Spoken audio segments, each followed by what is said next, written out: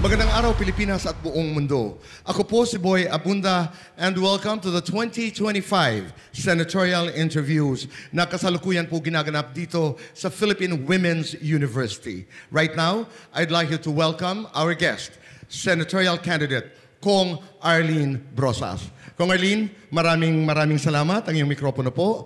Maraming salamat sa iyong pagdalo dito sa ating programa. Yes, thank you very much. Maraming salamat, Boy. Maraming salamat sa lahat ng makikinig at manunood ng programa na ito. Umpisahan ho natin sa iyong opening statement. Bibigyan ka namin ng 2 minuto para kausapin ang sambayanang Pilipino habang sinasagot po ang katanungang bakit ako dapat ninyong iboto ngayong darating na halalan. Kong Arlene, please take your position. Nariyan sa iyong harapan ang sambayanang Pilipino. Your 2 minutes begin now. Yes, ako po si Representative Arlene Brosas, matapang na Gabriela sa Kongreso. Ang gusto po sana natin, magkaroon din ng Gabriela sa Senado. Importante po na mabago ang makeup ng Senado ngayon, magkaroon ng mga tunay na maglilingkod sa ating bayan. At alam po natin na puro political dynasty na ngayon, gusto nating baguhin ang kalakaran na yon. First. Second, gusto din natin maglingkod sa pamamagitan ng mga batas na isusulong natin, yung anti-vowsy law, ang mga amyenda dyan, anti-rape law, ang mga amyenda doon, at syempre, yung iba pang mga batas katulad ng SOGSC, katulad ng iba pa, no, na mga marami pa. In fact, nagtagumpay naman tayo ng ilang mga batas. Ang ilan dyan ay ang Expanded Maternity Leave Law at yung Occupational Safety and Health Law. So lahat po ng ito gusto nating madala sa Senado. At gusto natin marinig din ng taong bayan. Bukod dyan, may importante din tayong mensahe sa kanila kasi gusto natin ang pagpapababa ng presyo ng mga bilihin. At gusto natin ang programa natin na tanggalin ang value-added tax na 12% sa mga pangunahing bilihin ay unahin ng administrasyon na ito. Pangalawa, gusto natin yung excise tax sa langis mawala. Pangatlo, gusto po natin na ang rice tarification law ay ma-repeal o mabasura. Yun po ang mga kailangan ng mga magsasaka sa kasalukuyan at maging affordable sa kanila yung mga farm inputs na kailangan nila at iba pang mga pangangailangan ng mga magsasaka at mangingisda natin. So napaka-basic po, reformang agraryo at mga pangangailangan ng mga mahihirap. Yun po ang aming plataforma. Hindi po forma, plataforma. Maraming salamat, Kong Arlene. Please make yourself comfortable. Nilatag po sa inyo ang mga rules ng interview at kayo'y pipili po ng 3 katanungan. Diyan sa ating question cards, please. 2 pa po? 2 pa. Yes. Second and third. At kayo pipili po ng 2 pangalan dito sa ating mga panelists na sila po ay magfa-follow up question po sa inyo. Maraming salamat, Kong Arlene. Ang iyong mga panelists ay isang estudyante mula sa Adamson University, Robin Duayan. Robin, ang isa naman ay faculty ng Philippine Women's University, Elizabeth Ann Gutierrez. Sila po ang magfa-follow up question sa iyong mga kasagutan. Let's go to your first question, Kong Arlene. Ito po ay may kinalaman sa edukasyon. Maraming kinakaharap na problema ang sektor ng edukasyon, batay sa findings ng EDCOM 2, ang Second Congressional Commission on Education. Ilan sa mga ito ay ang kalidad ng edukasyon, kakulangan ng maayos na training sa mga guro, matinding malnutrisyon sa ilang mga estudyante, ang hindi sapat na pondo para sa bawat mag-aaral at marami pang iba. Kung Arlene, kung kayo'y mahahalal na senador, sa lahat ng problema na may kinalaman sa edukasyon, anong problema po ang inyong tututukan at ano ang solusyon? Yes, totoo yan. Yung problema po natin sa EDCOM, very comprehensive. Pero ang tanong ay, ano ang tututukan? Sa ngayon po kasi, kulang na kulang talaga ang pondo para sa edukasyon. Ang kahilingan nga natin sana ay yung 5%, no, na talagang makuha from GDP. Hindi kasi natin na-fulfill yon at kailangan i-fulfill natin yon. Yung kasi ang international standard dapat, ano, na nakukuha ng mga estudyante natin. Second, siguro yung usapin ng mga corruptions within. Ano? Kasi hindi talaga nakakatulong kapag may corruption sa loob mismo ng mga academy, ng institutions, educational institutions natin. Tapos, third, siguro funding, yung infrastructure, yung mga kailangan na mga eskwelahan, kasi kulang na kulang. Hindi naman talaga nabibigyan ng sapat na edukasyon ang lahat. Marami ay hindi nakakapag-aral, kaya kailangan po yun talaga magawa natin, matugunan natin. At kung wala po tayong infrastructure doon, hindi talaga yun mangyayari. So, those are very important, lalong-lalo na sa findings ng EDCOM. Kasi malinaw naman doon kung ano yung mga kailangang baguhin. Tapos, with the current curriculum, yung quality education na hinahanap natin, hindi natin makakamit yon kung hindi natin babaguhin yung curriculum na meron tayo. Sorry to say, K-12 doesn't work. So kailangan po natin yung may sensibilidad ng pagka-Pilipino at kailangan na matutunan ng mga kabataan natin sa sarili nilang kultura, sarili nilang sensibilidad bilang Pilipino. Maraming salamat. Robin. Ma'am, gusto ko po puntuhin yung pangalawang punto nyo ho sa korupsyon, sa edukasyon.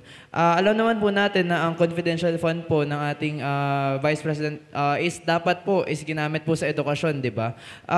Sinabi nyo rin ho kanina na matapang po kayo. Yun po yung una yung parang binanggit na salita during your first statement po. Gusto ko po malaman na gaano po kayo katapang at gaano po kayo kasigurado na banggain yung mga may kapangyarihan nyo yun? Hanggang saan po kayo pupunta? Yung tapang nyo po, ma'am. Yes, so matapang talaga kasi pinatunayan po natin yan sa mga hearings, lalong-lalo na sa Quadcom. Actually, tayo din yung nagpalabas ng 125 million in 11 days na confidential funds na ginamit ng Vice President. At gusto nating papanagutin siya doon. In fact, kaya din tayo nagtuloy-tuloy na magkaroon ng pag-file ng impeachment laban sa kanya. Ganun po yung tapang na meron tayo. As in, kailangan merong aksyon kapag ginawa natin yung isang bagay. Sa usapin ng DepEd, kung saan 612 million mahigit ang nalustay, kailangan po natin yan ipapaliwanag sa kanya. Kailangan po natin magpapanagot ng mga nasa posisyon sa atin. Liz. Nabanggit niyo po yung mapanagot. Ibig niyo po bang sabihin may palpak na ginawa yung mismong administration ngayon ng edukasyon, kaya may learning crisis tayo ngayon? Yes, basically, hindi lang itong nakaraang administrasyon. We should also take in yung history ng kung paano talaga nangyari yung mga corruption within na nananatili pa rin hanggang ngayon. Kailangan po yun talaga baguhin. Kailangan talaga kailangan iba ang gumawa noon. Hindi yung mga nananatili ngayon at hindi rin yung mga nasa posisyon tapos hindi natin sila mapanagot, hindi natin sila ma-impeach, hindi natin sila ma-convict. Walang mangyayari kung wala tayong i-convict at wala tayong findings doon sa investigation na ginawa natin. Ma'am, dun po sa budget na nakasaad po sa konstitusyon po natin, kung kayo po ay mahalal ngayon, magpupush po ba kayo na baguhin para taasan yung naka-declare po na budget dun sa edukasyon? O okay na po yun para sa inyo? Ano pong masasabi niyo po dun? Yes, definitely magpupush tayo ng pagtaas kasi kailangan talaga yun ng mga educational institutions natin ngayon. Lalong-lalo na yung pampublikong institusyon kasi yun yung mahalaga. Yun talaga yung magbibigay ng may kalidad, libre para sa mga estudyante, di ba, na edukasyon na kailangan, much needed ngayon. So, yun, una, sa budget, kailangan ilaan talaga yung tamang budget para sa kanya. pangalawa, sa totoo lang, may problema pa tayo sa budgeting talaga eh. Kasi women and children nga binawasan eh. Even yung public service for social services for women and children ay bawas sa budget ng 2025. It doesn't work yung kung ano ang meron tayong 2025 national budget. And we voted no, just in case, for you to know, we voted no in Makabayan dyan sa national budget na yan. Kasi tingin namin, dapat yung confidential funds, intelligence funds, dapat nilagay na lang yan para sa edukasyon. Narito na po tayo ngayon sa iyong pangalawang katanungan. Kung mananalo po kayo sa eleksyon, isusulong mo ba o hindi ang pagbabalik ng 60 billion pesos na na-release na po ito bilang bahagi po ng 89 billion pesos mula po sa PhilHealth na napunta po sa infrastructure, health, and social services projects ng pamahalaan? Yes, definitely po. Kinwestiyon po natin yan sa PhilHealth. Sa many hearings on PhilHealth, isa po tayo sa mga nagko-question ng corruption within. No? Naalala ko kasi nung pandemic pa lang, ang laki-laki na ng problema natin sa PhilHealth. Yung RMA, yung mga ganyan, no? Pinalabas natin yan, in-expose natin lahat yan. Ibalik, totoo yan. Kailangan talagang ibalik kasi mas marami pa siyang dapat mapaglagyan.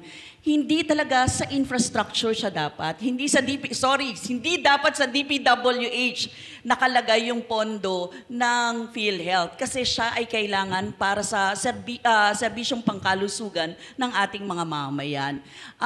But for the strategic point, no, gusto ko lang pong linawin kasi ako, tingin ko, dapat nasa ospital ang lahat ng pondo ng mga pangkalusugan. Hindi siya nilalagay sa isang health insurance na hindi naman ang mamamayan natin ang nakikinabang. And most of our people, out of pocket ang expenses nila. Pag tiningnan mo yan, sa pinakamahihirap na mga lugar, katulad ng BARM, 40% sa kanila out of pocket yung expenses. Just imagine, kawawa na nga sila, pinakamahihirap na sila, naglalabas pa sila ng panggastos para sa kanilang pangkalusugan.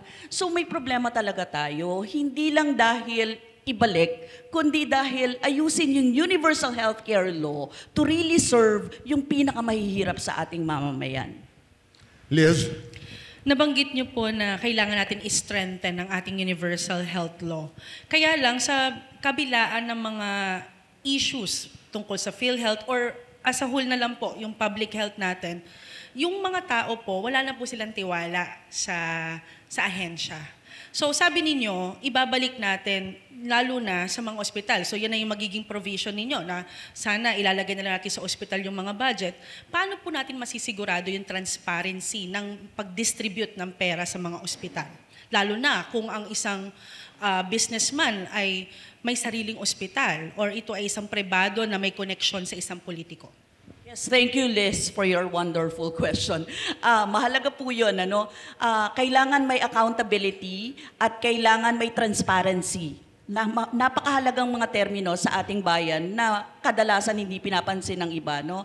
So, ang importante dyan, meron kasi tayong audit, 'di ba? So, sa mga auditors natin, makikita natin 'yon. Kapag inaudit yung mga pampublikong ospital, makikita natin kung saan may problema at walang problema, 'di ba? So, pwede talaga natin gawin 'yon basta malinis, may konsensya, sincere ang mga tao na magsilbi para sa bayan natin. Hindi naman tayo nawawala ng ganun. Mga nurses nga natin, mga nagpapakahirap at mga doktor natin dito sa ating bayan. So, ibig sabihin, there will be mechanisms that can do that. Robin? Ma'am, gusto ko po ma-clarify at marinig yung hinaing nyo po na kasi ang mga manggagawa po ay hindi po sila pwede tumanggi sa insurance po ng PhilHealth. So, ang tanong ko po sa inyo, kung sakali pong mahalal kayo bilang senador, bibigyan niyo po ba ng option ng mga manggagawa na tumanggi na sa insurance ng PhilHealth po? Naalala ko, yung mga overseas Filipino workers, dinulog nila sa amin yan sa Gabriela. Ang sabi nila, ang problema nila, sila technically, pag kumukuha ng OEC, Overseas Employment Certificate, kailangan automatic meron silang PhilHealth na binabayaran, insurance dito sa Pilipinas. Meron din silang insurance sa labas. So they would want na hindi sana magkaroon ng insurance din yung mga OFWs natin na binabayaran dito at saka sa labas doble, parang ganun eh. Pero ayaw pumayag ng gobyerno natin. So hanggang ngayon, nakalagay pa rin na ang tawag ko dyan, extractive yan masyado na sa mga sa mga workers natin. Gusto po natin magkaroon ng option ang ating mga mamamayan. At the very least option, ang pinaka ay hindi magkaroon ng insurance na binabayaran katulad niyan. Kasi at the end of the day, tingin ko po, we should abolish an insurance system na hindi nagsisilbi para sa ating mga maliliit na mamamayan. Liz? Marami po kayo nabanggit na mga issue at kayo mismo, alam niyo ang mga issue patungkol sa public health. Kaya lang po, paano natin maipapangako na sustainable ang magiging reforma patungkol rito? Sustainable po ba? Kaya niyo po ba itong i-sustain?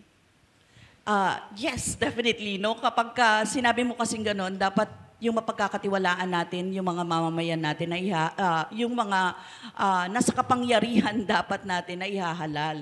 Hindi kasi ganon ngayon. So sa mga reforma na kailangan gawin, kailangan po yung mga uupo, o ihahalal o iboboto ng ating mga mamamayan, wala silang bahid ng korupsyon. Yun talaga yung number one. Kapag alam natin na may bahid na ng korupsyon, definitely it's a red flag para sa atin.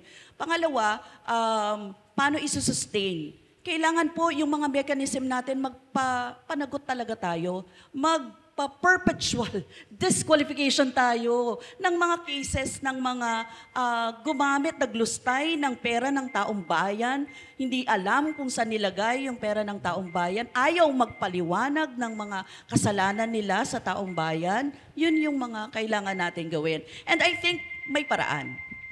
Kung Arlene, ang iyong final question ay may kinalaman sa korupsyon sa infrastructure. Ayon kay Mayor Magalong in an interview, sa isang government project, 35% na lamang ng budget ang napupunta sa actual na project. Habang ang natitirang pera ay napupunta po sa korupsyon. Ano po ang inyong solusyon dito? Hindi ako familiar dun sa kasi sa totoo lang po, ang Makabayan po hindi tumatanggap ng kahit anong proyekto, Lalong-lalo na sa usapin ng mga infrastructure. Wala po kaming ganun. Kaya hindi ko alam kung ano ang kalagayan. But of course, I've heard, na may mga protocol sila na ginagawa dyan, at sinasabi nga na 35%. Anong magagawa natin? Well, kailangan po ng people's movement dito. Hindi po ito magagawa ng isang tao lang. Kailangan po lahat tayo alam natin, pare-pareho, na merong nangyayari na ganito at dapat sawatahin natin yon. It's a pork barrel, It's a system. It's a systemic po siya na problema na kailangan tugunan ng isang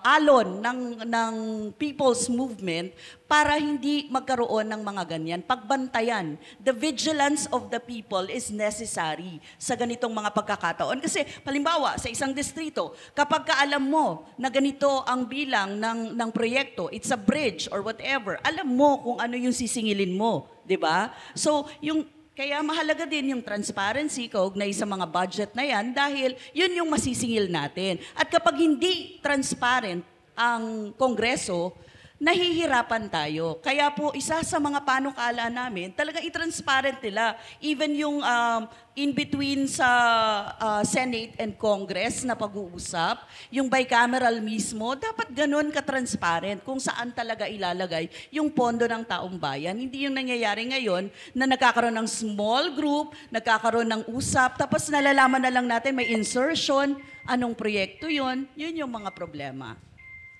Ma'am, Robin. Ma'am, gusto ko po malaman na kung ako po ay may alam na katiwalian sa gobyerno at gusto ko po magsumbong, napoprotektahan naman ho. Ngunit medyo saglit lang ho dahil sa bagal ho ng sistema ng hustisya natin. At sa pagkakaalam ko lang din ho, yung mga ibang sabihin natin whistleblower ay dinadakip at sabihin natin hindi natin mahanap ngayon. Sa tingin niyo po ba bilang kongresista, sapat po yung mga batas natin na pagprotekta sa mga whistleblower? Kung oo o hindi, ano po yung mga solusyon na pwede natin maibigay once na maluklok na po kayong senador? Totoo po yan, ano? Totoo, Robin, na talagang itong mga whistleblower natin, minsan sila pa yung nakukulong, minsan nababaliktad pa yung kaso, minsan ganun.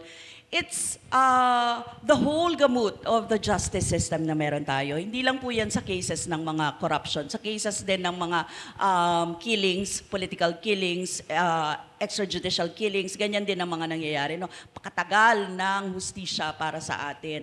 Kaya yung reform, hindi lang siya tungkol doon, tungkol sa buong sistema ng hustisya. So, matatagalan yon. Pero siguro ang pwede natin gawin ngayon, for now, yung proteksyonan, yung mga whistleblowers natin talaga. Magkaroon talaga sila ng mga pondo na kailangan nila, mga structures na kailangan nila, mga basic no, na kailangan ng mga whistleblowers at lahat ng magsasalita against dito sa mga corruptions na ito. Liz. Ipagpatuloy ko lang po yung tanong kasi marami tayong batas anti-corruption. May nanagot na po ba talaga? Kasi ang dami nating mga issues about corruption. Yung COA, nagre-report sila ng mga tao na nag-corrupt.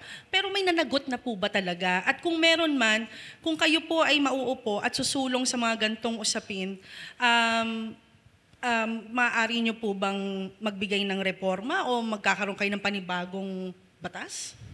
Well, basically, Liz, hindi kami nangingime sa Makabayan. Kasi kami talaga yung pinakamatapang naman talaga doon. Minsan nga, wala na nagsasalita, Makabayan na lang ang magsasalita sa Kongreso. No?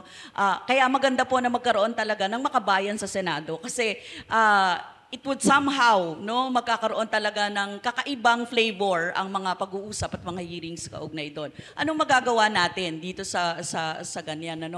Sa totoo lang, kailangan po ng malakas na push ng mga mamamayan natin dito sa mga pagpapanagot na ito. Merong mga napanagot, di ba? Sandali lang. Tapos nung na-wheelchair na, wala na. Nung nagkaroon ng neck brace, wala na. Tapos na. Naka ilang term pa ulit sa Kongreso, sa Senado. So hindi talaga siya technically napapanagot. Sa ibang bansa, hindi ganon. Diba? Sa ibang bansa, totoong nagpapanagot. Pero dito sa atin, hindi. So, kailangan talaga mag-sample tayo. Robin. Ma'am, ito po ay mula sa perspektibo ng isang estudyante na kapag ang gobyerno ay may hindi kami nagugustuhan o medyo tiwaling kagawain ay nag-result po sa mga rally. Tapos sa mga rally po na to, may mga pulis. Madami po nagsasabi na dapat matakot kasi may pulis at dapat mapanatag din dahil may pulis. Gusto ko pong tanungin sa inyo, na kapag sa rally po ba may pulis, dapat po ba talaga kaming matakot o mapanatag? Bakit po? Dapat kayo, sa totoo lang, yung actual na nangyayari kapag may rally, ang problema talaga kapag pinipigilan ng police. Kasi it is a protest, no? Yung right mo to grievance, no? Yung right mo to express yourself, dapat dun yun mangyayari. Pero apparently, kapag merong police, kakaiba yung pag-iisip nila Iniisip nila magkakaroon ng gulo. Hindi naman nagkakaroon ng gulo tuwing may rally. Lalo na kung maliit lang naman yung portion, dapat sila ay nagta-traffic lang. Pero hindi ganun yung nangyayari, di ba? Kadalasan ang nakikita natin, nasasaktan ang mga kabataan, tuwing rally, sinasabi na may mga problema tong mga ito, etc. So, parang nare-relegate lang siya sa hindi dapat pakinggan. So, may problema tayo doon. Sa overall na pagtingin. Sa tingin ko, dapat din igalang ng mga pulis ang karapatan ng bawat isa na magpahayag. Kung Arlene, maraming salamat. Punta na naman tayo dito sa ating political fast talk. And why? 5 katanungan po at bawat tanong ay meron ho kayong 20 seconds para ipaliwanag po ang inyong kasagutan. Dapat ba pantay ang sweldo ng mga manggagawa sa probinsya at National Capital Region? Yes or no, at bakit? Yes, dapat pantay. Naniniwala po tayo sa national minimum wage. Kung bakit pare-pareho po yung kalagayan ng mga mamamayan natin sa iba't ibang mga lugar sa Pilipinas. Pinapabuwag po natin yung Regional Wage Board kasi napakamumulang ng binibigay niyan, hindi talaga yan nagsaserve sa mga manggagawa. Sabi nila, yumayaman ang pumapasok sa politika. Tama, umali, at bakit? Ako po hindi yumaman, pumasok ako sa politika. Merong mga ilan na hindi talaga nagpapayaman sa politika. Merong mga ilan na alam na kalakhan pumapasok sa politika ay nagpapayaman. Yun po ang nakita ko rin sa aking karanasan. Sa bilis ng takbo ng teknolohiya, posible bang magkaroon ho ng robot na senador? Yes or no, at bakit? AI, sa bilis ng teknolohiya ngayon, maaari sa tingin ko. Pero dapat yung brains from a true person pa rin. Kung ikaw ang masusunod, dapat bang college graduate ang mga senador o presidente, at bakit?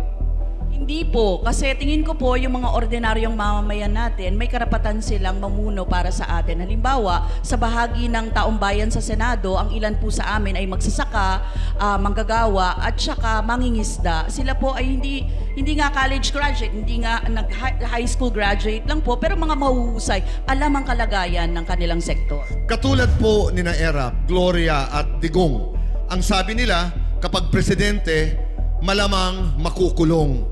Ito ho ba'y nakakatawa o nakakabahala? Nakakabahala po yan. Kasi, di ba, parang ang kalagayan natin, kapag tuwing meron tayong mga ganyan na may mga kaso ng mga presidente, tapos hindi nakakapanagot, no? Walang accountability sa ating bayan, wala ring hustisya. Kaya din po ganyan ang kalagayan natin ngayon. There's no justice and there will be no peace kung walang justice. Kung Arlene, meron ho kayong 1 minuto para kausapin muli ang sambayanang Pilipino.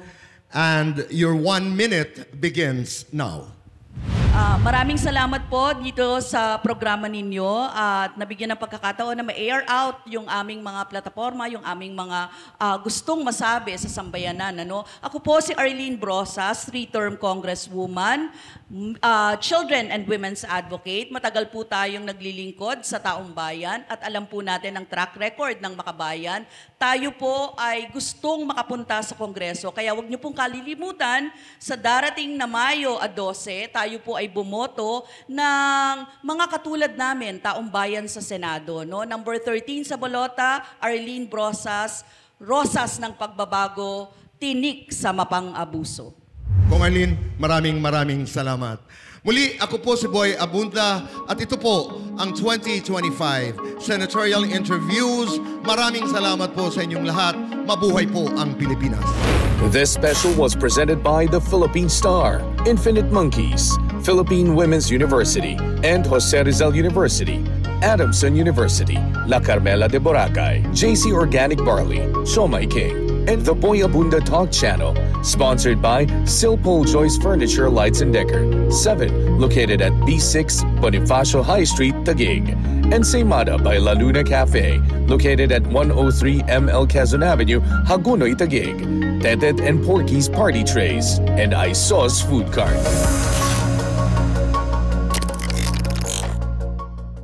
In the lead up to the 2025 midterm elections, one platform dares to ask the important questions. This is the 2025 Senatorial Interviews.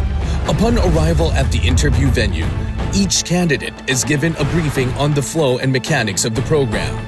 Each candidate begins with the question that starts it all: why should the people vote for you? They have 2 minutes to convince us. Next, the candidate draws 2 panelists from a pool of 6 teachers and students from 3 universities.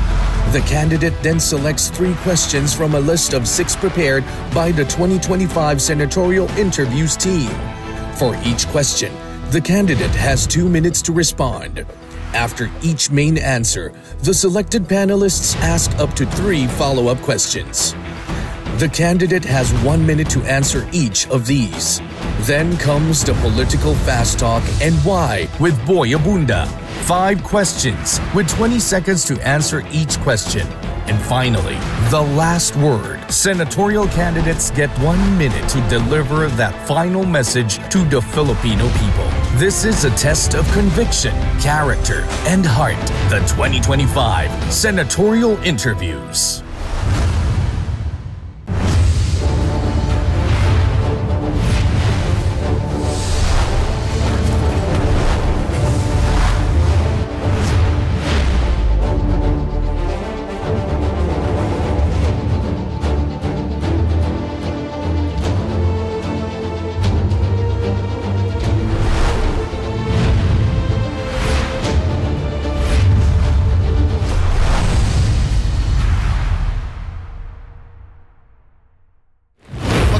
Pilipinas at buong mundo. Ako po si Boy Abunda and welcome to the 2025 Senatorial Interviews na kasalukuyang ginaganap po dito sa Philippine Women's University.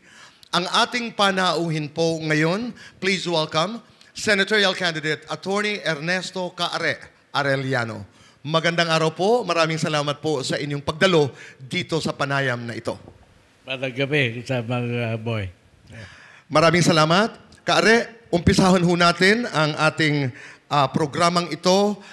Bibigyan ho namin kayo ng pagkakataong kausapin ang sambayanang Pilipino habang sinasagot po ang katanungang bakit nyo ako dapat iboto ngayong darating na halalan. Meron po kayong 2 minuto and your time begins now. Mga kababayan, ako'y nakikiusap sa inyo na iboto niyo ako sa darating na halalan. Ako'y number 7, Attorney Ernesto Arellano.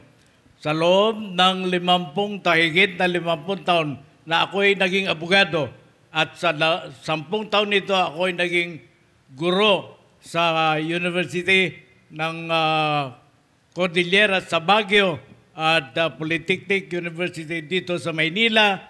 Ako'y nakapag-ipon ng sapat na kaalaman para gumawa ng batas na lilikan ng isang lipunan na kung saan merong pantay-pantay na pagkaroon ng opportunity na umunlad, pantay-pantay na share sa income at kayamanan ng Pilipinas. Sa loob ng panahon na yan, ako'y naging abogado ng mga manggagawa at mga maralita. At nalaman ko kung ano yung kaayusan ng isang lipunan na magbibigay ng equitable distribution ng opportunities sa lahat ng mamayan, equitable distribution ng income at kayamanan ng bansa. Hindi sa ngayon na kung saan minorya lamang na karamihan ay identified sa family dynasties ang maunlad at ang 94% ng ating mamamayan na kinabibilangan ng mga maralita at mga manggagawa ay nasa ilalim ng lipunan. Kaya mga kababayan, huwag niyo akong kalimutan. Number 7 sa baluta at mga kasama ko rin. Number 2, number 21, number 25, at number 43. Ito ang aking... Maraming salamat po, Caare. Kayo po'y na-brief na po sa rules ng ating interview. Caare, kayo'y pipili po ng 3 katanungan mula sa ating question cards. Dito po. 3 ho dito. Ayan. Ako'y babasahin ko po yan. At kayo'y pipili po ng 2 panelists po na magpa-follow up question po sa inyo. Please make yourself comfortable. Caare, ang... panelists na iyong napili ay si JV Macapagal. Si JV po ay isang estudyante mula sa Adamson University. Ang pangalawang member of the panel ay isang estudyante po mula sa Adamson University, si Robin Duwayan. Caare, narito po ang iyong unang katanungan. Ito po ay may kinalaman sa ICC. Tama ba ang ginawang pag-aresto at pagdala kay dating Pangulong Duterte sa The Hague? Tama. Pwede ho kayong umupo, Caare. Okay lang. Okay. Tama na pananagutan ng kahit Pangulo ng Pilipinas ang kanyang ginawa nung siya'y nanungkulan bilang presidente sa International Criminal Court. Hindi makapangyarihan ng isang Pangulo na sa isang bansa ay gagawa ng mga patakaran, kay Mr. Duterte ay naglunsad ng madugong drug war na ang dulo ng programang ito ay kill, kill, kill. Ako'y sang-ayon na problema ang droga dito sa Pilipinas at kailangan maglunsad ng programa para alisin ito. Pero dapat malaman kung paano nalikha ang problema ng droga. At ang dulo dapat nito ay hindi kill, kill, kill, kung hindi rehabilitation. Kung ganyan ang naging programa, tutol ako. Ang problema, ang dulo ng kanyang sinasabi na drug war ay kill, kill, kill. Pananagutan niya, dapat ito dahil ito'y isang krimen against humanity. Ang buhay ng isang tao ay mahalaga at ang Pangulo ng isang anumang bansa ay dapat pangangalagaan na ang buhay ng bawat mamamayan. Kaya rehabilitation ang kailangan dulo ng anumang drug war, ng anumang lipunan. Ang unang follow-up question ay manggagaling kay Robin. Attorney, sabi niyo ho kanina na ang ginawa ho ng ating former President Rodrigo Roa Duterte ay kill, kill, kill at kailangan panugutan ito. Ang tanong ko sa inyo, dahil matagal na ho kayo na alagad ng batas at abogado, eksperto na ho kayo, saan ho tayo nagkulang at bakit kinailangan pa natin dalhin o kailangan pa natin hayaan ang ICC na panagutan ng ating former President ito at hindi na lang natin to dapat ginawa dito sa ating lokal na bansa? Ano ang mga dapat ginawa ng ating justice system at ng Kongreso natin dito? By his own admission, nagkaroon ng breakdown ng legal structure para mapanagot ng mga nagsagawa ng mga killing operations. By his own admission, siya ay nagbigay ng mga gantimpala. Siya ang nagbigay ng pabor sa mga nagpatupad ng batas. At hindi makapag-avail voluntarily and freely ang mga biktima ng pandarahas. 6,000 ang computation niya sa killing, pero umaabot sa 20,000 ang biktima.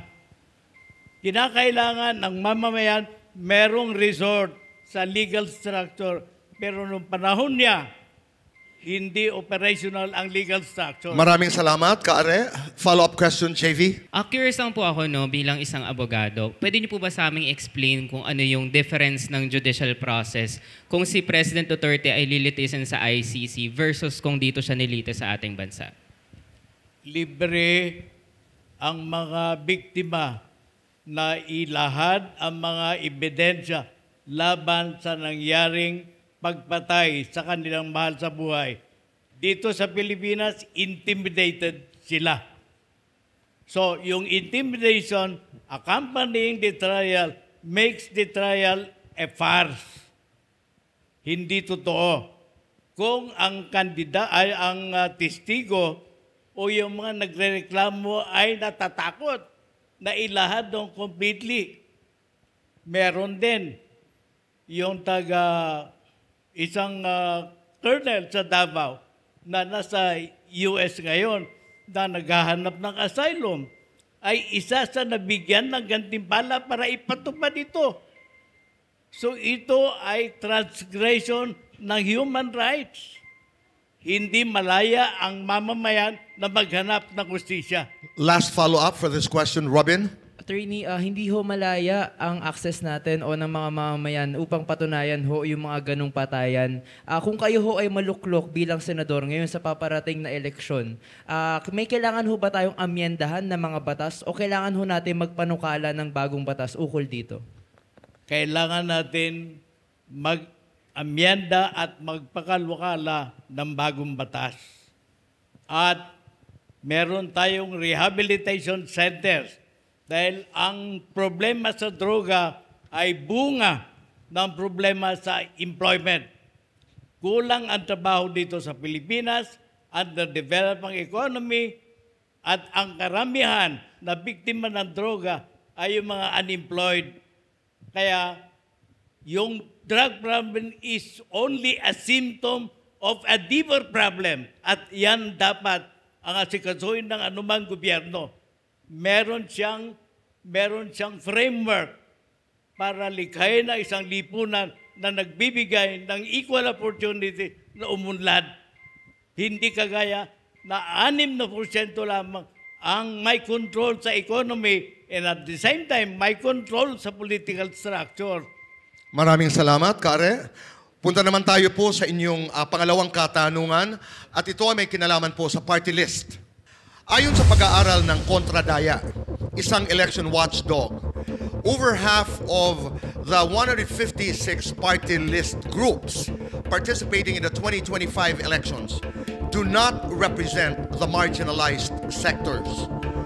Sa iyong palagay, dapat bang tanggalin ang party list system? Hindi. Dapat i-improve. Ang nangyari kasi, itong party list system ay inappropriate ng mga traditional politicians na meron ngayon nasa Kongreso, nasa Senado. Halimbawa na lang, tingog is appropriated by a certain politician. Maganda yung rational ng batas na bibigyan ng representation yung mga underprivileged at walang pagkakataon na ma-represent sa Kongreso. Ang problema ay 3 taon lamang ang prohibition para lumahok ang mga traditional political parties. Ngayon, halos lahat o kalahati ng mga party list ay appropriated ng mga traditional politicians na karamihan ay family dynasty.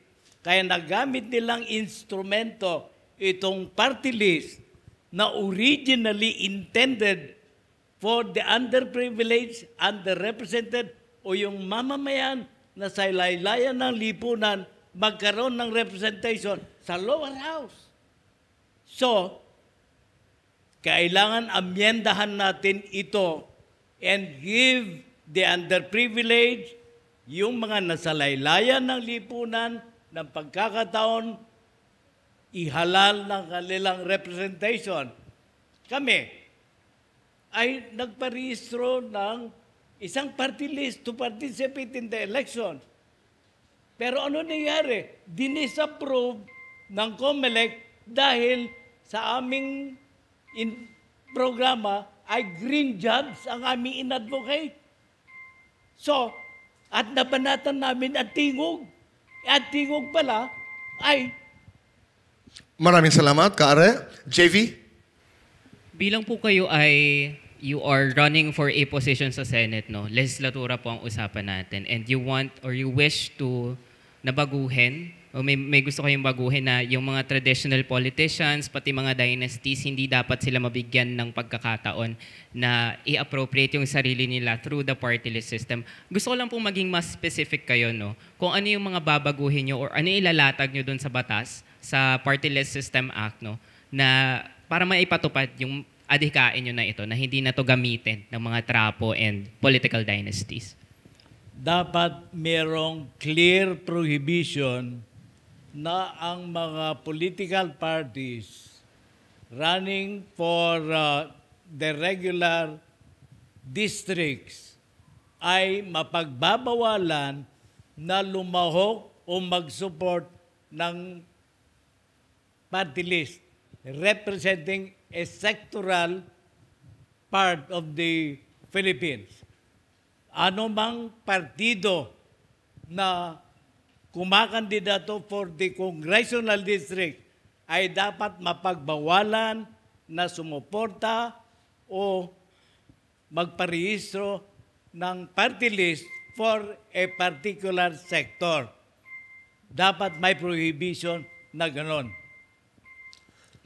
That will be an assurance. Now, party list will serve the underprivileged, and the underrepresented. Robin?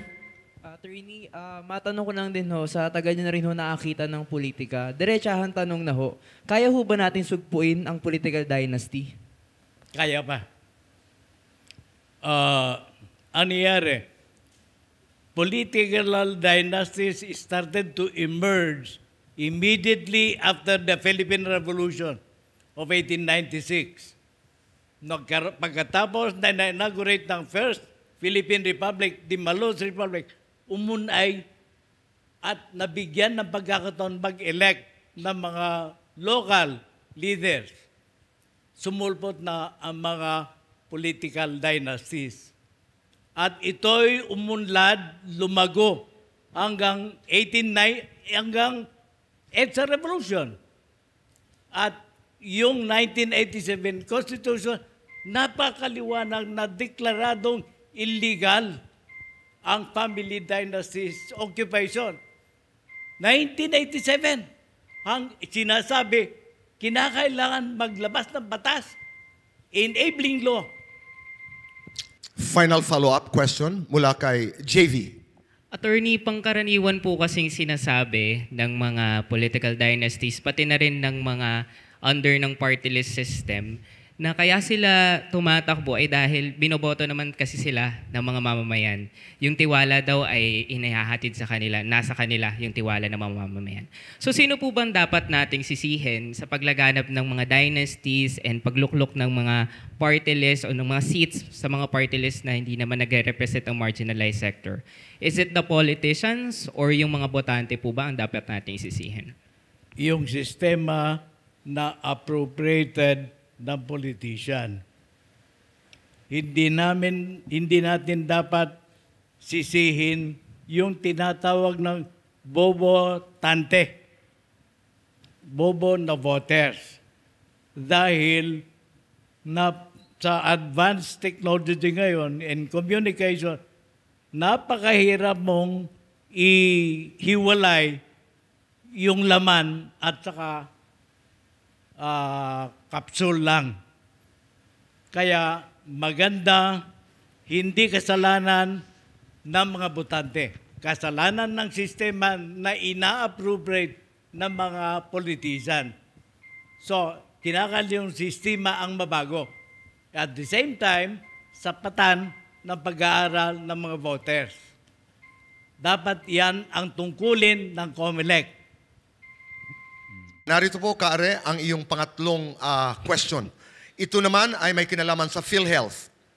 Kung mananalo ka po sa eleksyon, isusulong mo ba o hindi ang pagbabalik ng 60 billion pesos mula sa PhilHealth? Ito'y bahagi po nung sinasabing 89 billion na napunta sa infrastructure, health, and social services projects ng pamahalaan. Isusulong ko ang pagbabalik ng pondong kinaltas mula sa PhilHealth at inilagay sa DPWH. Sa DPWH, ito yung pinaka-notorious na departamento. Yung budget para sa infrastructure ay napupunta lamang 60%. At ang 40% ay naiiwan sa politiko at yung mga kontraktor. At yung kontraktor, sa kanya pa.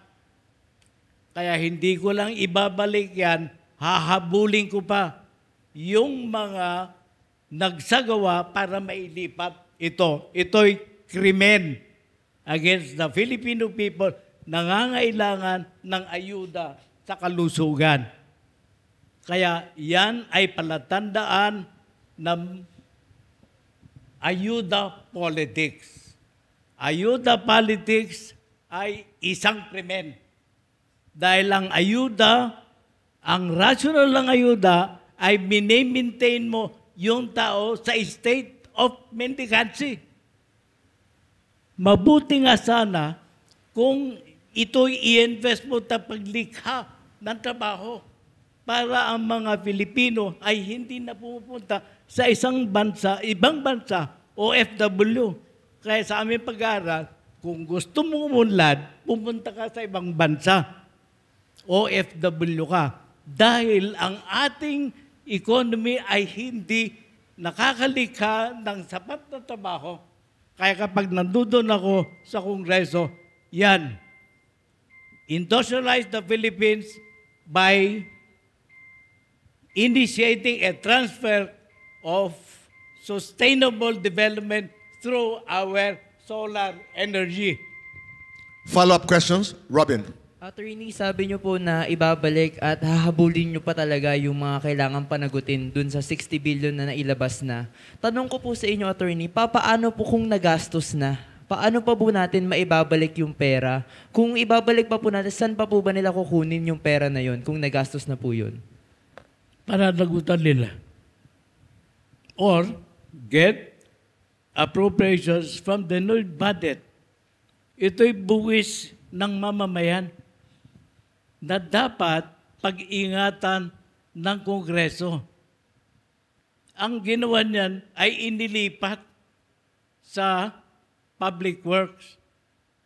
At malamang, malaking bahagi nito ay yan ay ayuda na idinidistribute ngayon sa panahon ng eleksyon.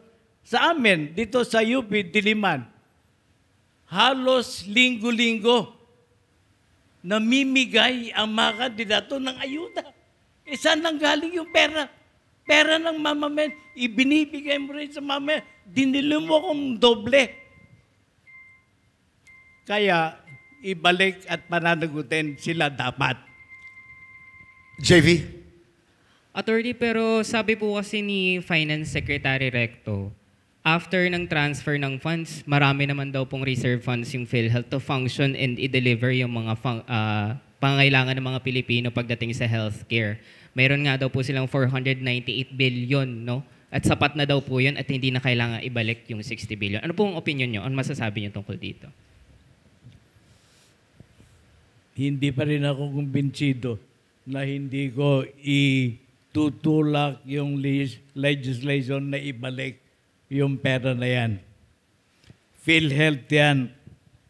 At maraming hindi pa nababayaran ng mga beneficiaries na PhilHealth. Kinakailangan kunin sa bagong budget yan. At the same time, pananagutin yung mga nag-facilitate ng transfer. Dahil yung transfer ng pondo mula sa PhilHealth patungo doon sa DPWH ay walang batayan. Walang batayan. Makita mo na dito ang pinanggagalingan ng korupsyon sa DPWH. 60% lang ang naiiwan na proyekto, ang 40% na pupunta sa korupsyon. Final follow-up. Robin. Attorney, tingnan naman ho natin yung magandang side ho nito na maibalik na at galing ho dun sa bagong appropriation ho. Tanong ko ho sa inyo po pag naluklok ho kayong senador, gusto ko po makarinig ng konkretong plataforma kung saan ho specific na health sector nyo po ibibigay ito sa mga manggagawa ho ba ng health, sa infrastructure o sa mga equipment po. Ano pong dapat nating unahin para mapaganda ang sistema? Ibigay muna sa kalusugan ng mga mamamayan. Kailangan din natin na infrastructures. Pero katakot-takot na utang nung panahon ni Ginoong Duterte na dapat nagamit yan sa infrastructures. Umutang, yung inventory ng utang ng panahon ni Ginoong Duterte ay halos buwan-buwan umuutang ng bilyon-bilyon na dolyar. At ipinamahagi lamang, ibinigay lamang sa isang undercapitalized family para i-distribute yan. Kaya huwag nating payagan na magpatuloy ng ganitong anyo ng korupsyon. Na di umano, sinasabi infrastructure ito. Ilipat natin. Mas mahalaga ang kalusugan kaysa infrastructure. Maraming salamat, Kare. Punta naman po tayo, Kare, sa Political Fast Talk and Why. Meron pong 5 katanungan and you have 20 seconds to explain your answer for every question. Narito po ang una. Dapat ba pantay ang sweldo ng manggagawa sa probinsya at National Capital Region? Yes or no? Bakit? Yes, at dapat living wage. National living wage, hindi national minimum wage. Dahil yung minimum wage ay hindi sapat para ikabubuhay ng isang typical Filipino family. Yumayaman ang pumapasok sa politika. Yan ang sabi nila. Tama ba o mali at bakit? Mukhang tama. Na yung mga pumapasok sa politika after 2-3 years ay mayaman. Yumaman. Na binasa ko yung kasaysayan ni Lito Lapid at yung mga ibang artista. Sa bilis ng takbo ng teknolohiya, Kaare, posible bang magkaroon ng robot na senador? Yes or no? Bakit? Pwede, pero ako ang unang babaril sa kanya. Kung ikaw ang masusunod, dapat bang college graduate ang mga senador o presidente at bakit? Dapat may karanasan. Maski hindi man siya college graduate, kung siya ay nagkaroon ng karanasan sa buhay at ang kanyang pananaw ay malikha ng isang lipunan na merong equitable distribution ng kayamanan. Katulad ni na Erap, Gloria, Digong, ang sabi nila, kapag presidente ka, malamang makukulong ka. Ito ba'y nakakatawa o nakakabahala? Hindi nakakabahala. Makukulong ka kung ikaw ay gumawa ng krimen against humanity. Pananagutan mo kung ikaw ay gumawa ng krimen against humanity. Maraming salamat, Kaare. Bilang pagtatapos, you will have your closing statement dito po at bibigyan ka namin ng pagkakataon na kausapin muli ang sambayanang Pilipino dito po, Kaare, for your closing statement. You have 1 minute and your time begins now. Mga kababayan, aking inaalay ang sarili ko na maglingkod o maging bahagi ng isang gobyerno na ang layunin nito ay likhain ng lipunang Pilipinas, isang lipunan na lilikha ng pagkapantay-pantay. It is condemnable that only 6% times 5 ang may control sa economic resources ng bansa and at the same time control the political structures. The ongoing war between the two family dynasties is condemnable for progress sa Pilipinas. Kaya tapusin na mga kapatid, ihalal nyo si Ernesto Arellano number 7 para maalis na itong. Salamat, Kaare, for your time. Thank you. Mabuhay po kayo. Thank you. Maraming salamat. At sa inyong lahat, maraming salamat po. Muli ako si Boy Abunda at ito ang 2025 Senatorial Interviews at maraming salamat. Mabuhay po ang Pilipinas. God bless us all. This special was presented by the Philippine Star, Infinite Monkeys, Philippine Women's University, and Jose Rizal University, Adamson University, La Carmela de Boracay, JC Organic Barley, Siomai King, and the Boy Abunda Talk Channel, sponsored by Silpol Joyce Furniture Lights and Decker, 7, located at B6 Bonifacio High Street, Taguig, and Seymada by La Luna Cafe, located at 103 ML Quezon Avenue, Hagunoy, Taguig, Teted and Porky's Party Trays, and Isos Food Cart.